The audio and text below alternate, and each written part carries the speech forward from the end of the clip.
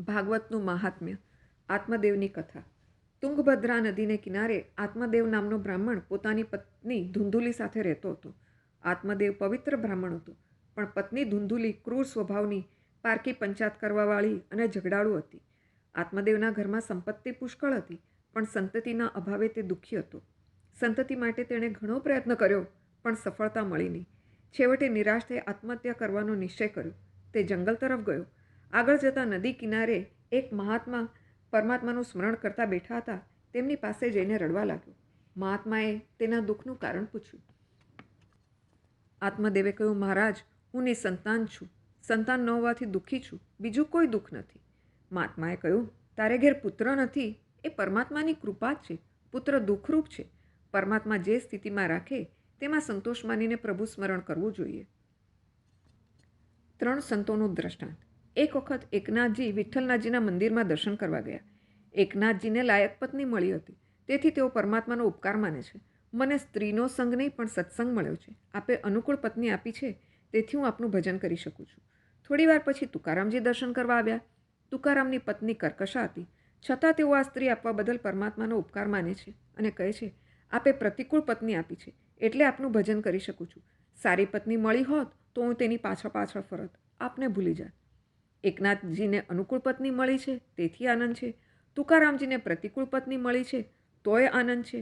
નરસિંહ મહેતાના કુટુંબનો નાશ થયો, છતાં તેમણે આનંદ માન્યો અને ગાયું, ભલું થયું ભાંગી જંજાળ, સુખે ભજશું શ્રી ગોપાળ. એકની પત્ની અનુકૂળ, બીજાની પ્રતિકૂળ, ત્રીજાની પત્નીનું મરણ, તો પણ ત્રણેય સંતો આનંદ માને છે. વૈષ્ણવ પ્રત્યેક પરિસ્થિતિમાં પરમાત્માની કૃપાનો અનુભવ કરે છે અને મનને શાંત રાખે છે. પરમાત્મા જે સ્થિતિમાં રાખે તેમાં સંતોષ માનવો જોઈએ. પુત્ર લાયક હોય તો ઘરનો વિચાર ન કરો. ઘરમાં પુત્ર બધું સંભાળે છે, આથી વધારે ભક્તિ કરો. પુત્ર લાયક હોય તો પરમાત્માની કૃપા માનજો. પુત્ર નાલાયક હોય તો પણ પરમાત્માની કૃપા માનજો. આ પુત્ર પાછળથી કંઈ કરી શકે એવો તેવો નથી, બધું મારે જ કરવાનું છે, એવું માનવાથી તમારો સત્કાર્યનો માર્ગ નિશ્ચિત થઈ જાય છે. કેટલાક લોકો પુત્ર ન હોય તો હૈયું બાળે છે. તમારું કલ્યાણ તમે ન કરી શકો તો પુત્ર શું કરવાનો છે? મોટે ભાગે મા બાપનું જીવન પુત્રને ભણાવતા, પરણાવતા અને મોટો કરતાં પૂરું થઈ જાય છે. મનુષ્ય પોતાનું કંઈ કરી શકતો નથી અને પાછળથી પુત્ર પણ કંઈ કરતો નથી. મહાત્માએ કહ્યું, આત્મદેવને, તારા ઘરમાં દીકરો નથી તે શું ખોટું છે? તારું તારે જ કરવાનું છે. માતા પિતાને પુત્ર માટે ચિંતા હોય છે, પણ પુત્રેશના પાછળ અનેક વાસનાઓ આવે છે. પુત્રેશના પછી વિત્તેશના, પછી લોકેશના જાગે છે. આત્મદેવે કહ્યું, મહારાજ, મને પુત્ર આપો. પિંડદાન કરવા માટે પુત્ર જરૂરી છે. પુત્ર વિના પિતાની સદગતિ થતી નથી. મહાત્માએ આત્મદેવને સમજાવતા કહ્યું, પુત્ર જ સદગતિ આપી શકતા હોત તો લગભગ બધાને ત્યાં પુત્ર હોય છે, આથી દરેકને સદગતિ મળી જાય. પુત્ર પિતાને સદગતિ આપે છે તે સાચું નથી.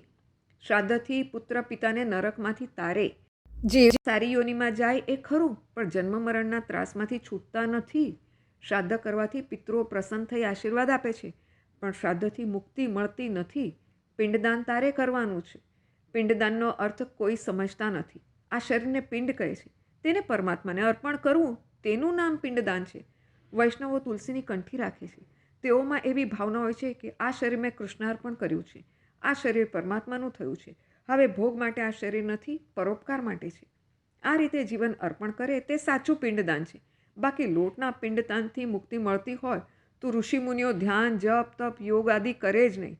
પૂર્વજન્મ પિંડદાન આપનાર પુત્ર એવા પાકતા હોય છે કે તેમના પિંડદાનનો કશો અર્થ સરતો નથી. ભાગવતનું મહાત્મ્ય. હંસ કાગડાનું દ્રષ્ટાંત.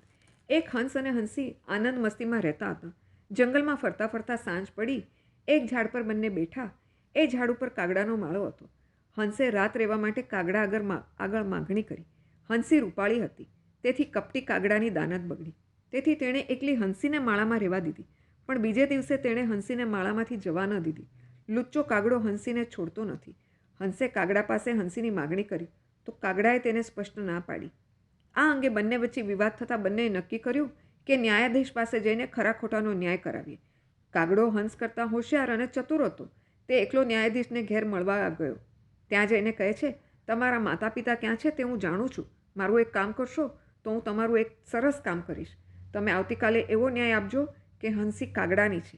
તમે આવો ન્યાય આપશો તો તમારા પિતૃઓ કઈ યોનિમાં છે તે હું તમને બતાવીશ. ન્યાયાધીશ લલચાયા. બીજે દિવસે અસત્ય ન્યાય આપ્યો. કાગડાની ઝડપ હંસ કરતાં વધારે હોય છે, તેથી ન્યાયાધીશે કહ્યું, તમારા બંનેમાંથી ઉડીને હંસીને જે પહેલો આંબી જાય તે હંસીને લઈ જાય. કાગડો ઉડીને પહેલો હંસીને આંબી ગયો એટલે ન્યાયાધીશે ચુકાદો આપ્યો કે હંસી કાગડાની છે. થોડી વાર પછી ન્યાયાધીશે કાગડાને પૂછ્યું, મારા માતા પિતા ક્યાં છે તે બતાવો. ચાલો મારી સાથે, હમણાં જ બતાવું. એમ કહીને કાગડો ન્યાયાધીશને એક ઉકરડા પાસે લઈ ગયો. તેમાં ફરતા કીડી મંકોડાને બતાવીને કહ્યું, આ કીડી તમારી માં છે અને આ મંકોડો તમારો બાપ છે. જેનો પુત્ર આવો ખોટો ન્યાય આપે તેના માતા પિતાની આવી દુર્ગતિ જ થતી હોય છે. માતા પિતાની સેવા એ સંતાનોનું કર્તવ્ય છે. સુખી થવું હોય તો માતા પિતાના આશીર્વાદ મેળવો. તેમની સેવા પ્રેમપૂર્વક કરો તો તમે ઘરડા થશો અને તમારા સંતાનો તમારી સેવા ચાકરી કરશે. જે માતા પિતાની આજ્ઞા ન પાળે, સેવા ન કરે, હળદૂત કરે, તેને જીવનમાં કદી શાંતિ નથી મળતી. મહાત્માએ આવો સુંદર બોધ આપ્યા છતાં આત્મદેવે દુરાગ્રહ રાખ્યો, મને પુત્ર આપો. મહાત્માએ કહ્યું, તારા ભાગ્યમાં પુત્રનું સુખ લખ્યું નથી, તું દુઃખી થઈશ. આત્મદેવે કહ્યું, હું ભલે દુઃખી થાઉં પણ પુત્ર તો જોઈએ જ. મારા ભાગ્યમાં ન હોય તો તમારા ભાગ્યમાંથી કાઢીને આપો. હું આત્મહત્યા કરવા નીકળેલ છું. હું તમારી સમક્ષ માથું પછાડીને મરી જઈશ. મહાત્માને દયા આવી.